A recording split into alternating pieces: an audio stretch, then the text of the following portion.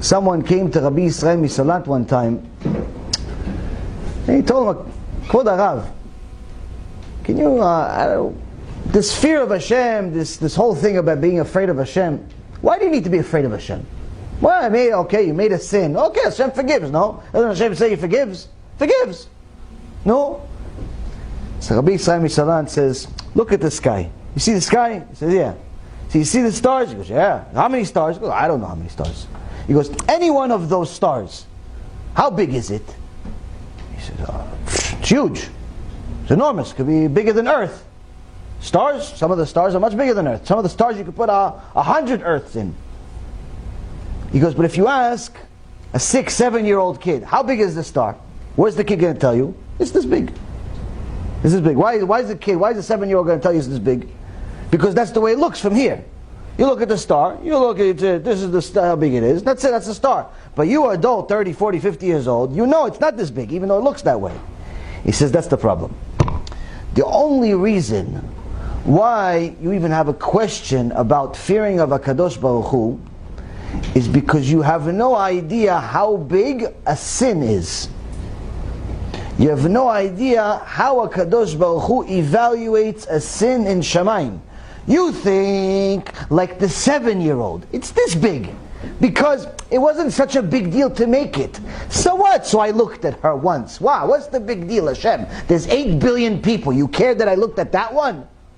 8 billion people. I looked at one. I didn't look at the whole 8 billion. Just one I looked at for 5, 10, 15, 25 minutes. What? 8 billion people, 24 hours a day. I spent 5 minutes looking at the girl that wasn't my wife. No. No, Hashem, what's the big deal? It's just a quarter. No, it's just this big. Rabbi Israel Misalant says, no, my friend. You think it's that big. In HaKadosh Baruch Hu's world, when He sees the entire picture of what happens, now He sees not just what you see. He sees what's going to happen as a result. He sees what's going to happen as a result in this world and above. Let's evaluate. Now you looked at the girl. 5 minutes. Not a big deal, right? 2 minutes, 25 seconds, whatever it is. Your neshama records permanently every single thing that you look at. What is it like? Sometimes your mom asks you, honey, do you know where the such and such is? No, I don't really know. I don't really know. 3 hours later, you need that tool, you need that thing, and you know exactly where it is. How come? When you were walking around the house, you saw it, but you just didn't pay attention. So when she asked you, you didn't know, you didn't care. But when you needed it, when it meant something to you, your neshama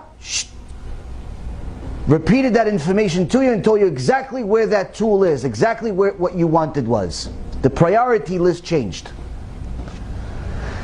When a person looks at something inappropriate, the neshama will record it permanently.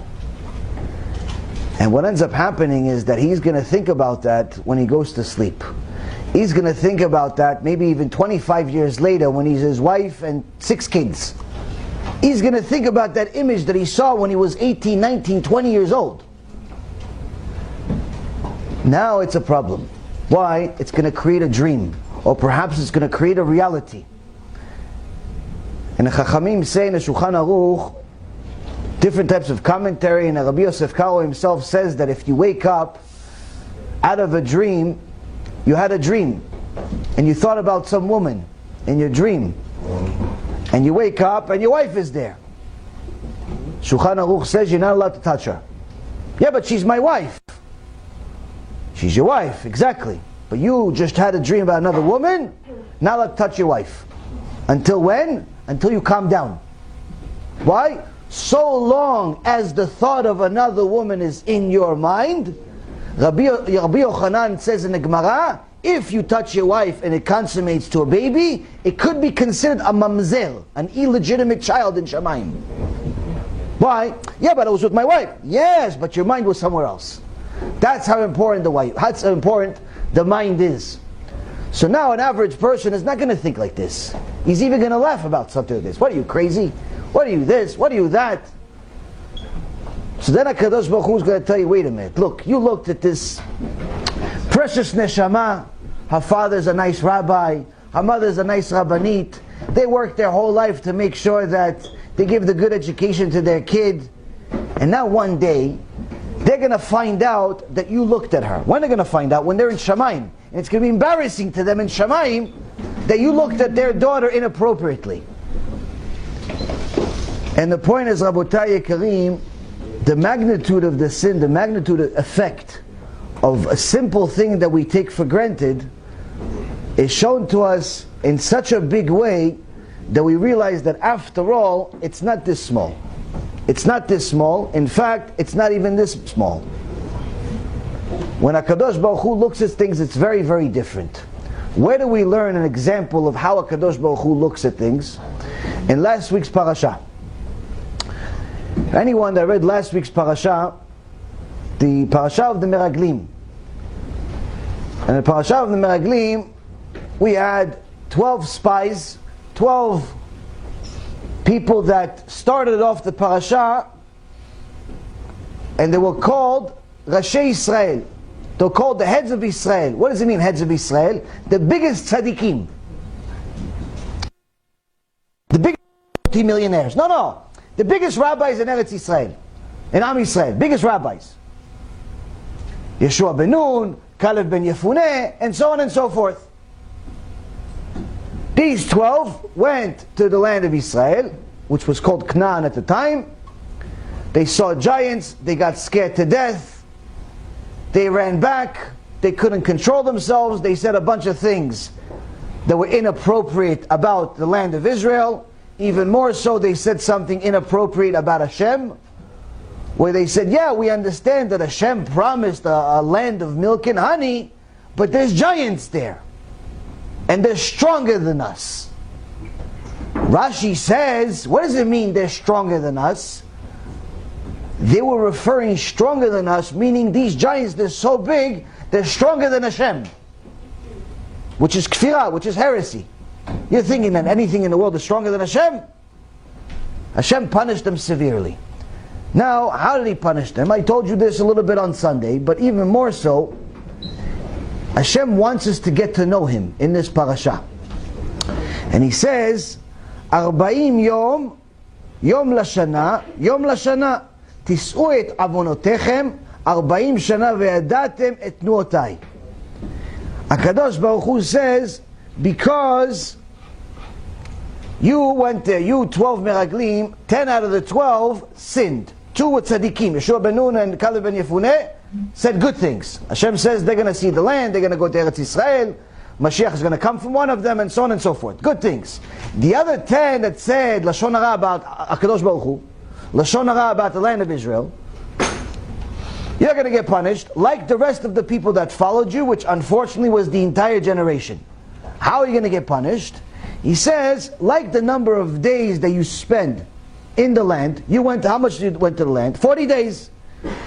A day for a year, a day for a year shall you bear your iniquities 40 years, and you shall comprehend straying away from me. HaKadosh Baruch Hu says, you went there for 40 days.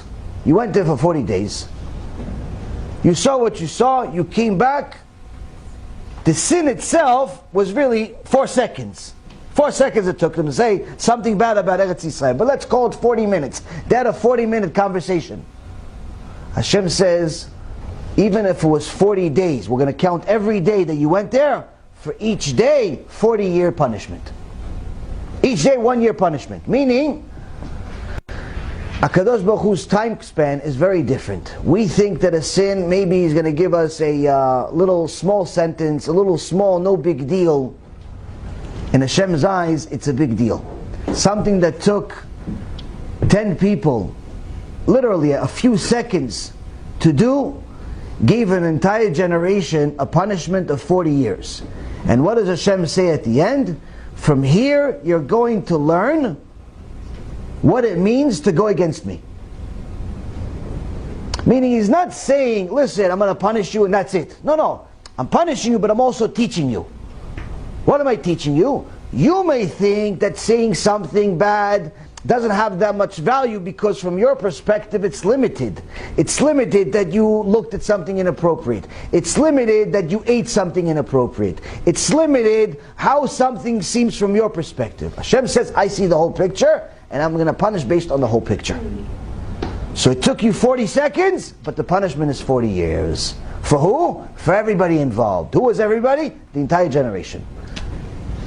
So this, Rabotai, if that doesn't scare you, I don't know what would.